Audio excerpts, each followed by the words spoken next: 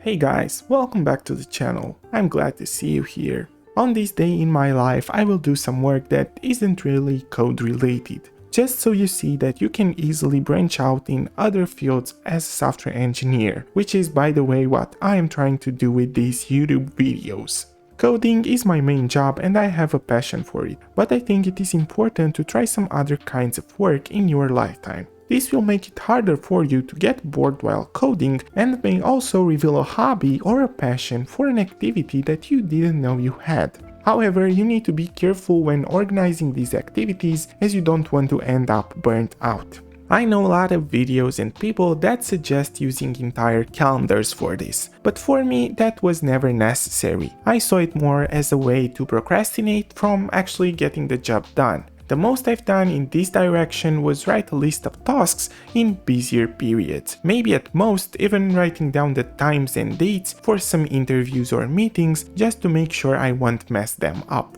Getting back to my current activity, I remember now that since I was like 9, I had this hobby of editing videos in my spare time. Back then, I was using Sony Vegas Pro 11 on my Windows PC. Of course, the content I edited was more gaming related, with games like GTA San Andreas and Call of Duty Black Ops Zombies. I never made any money out of this, but I continued to do it. Somehow I found it very fun. And fast forward to these days, I reclaimed this passion by making these videos about coding, which is now most of my life. Funny how things change. What I am trying to do now, besides editing this video in DaVinci Resolve, is to find more aesthetic texts to put in my videos. Watching some other guys in this space made me realize I need to step my game up. Even though this activity is a hobby, I also see it as a game where I level up and improve some aspects of my content.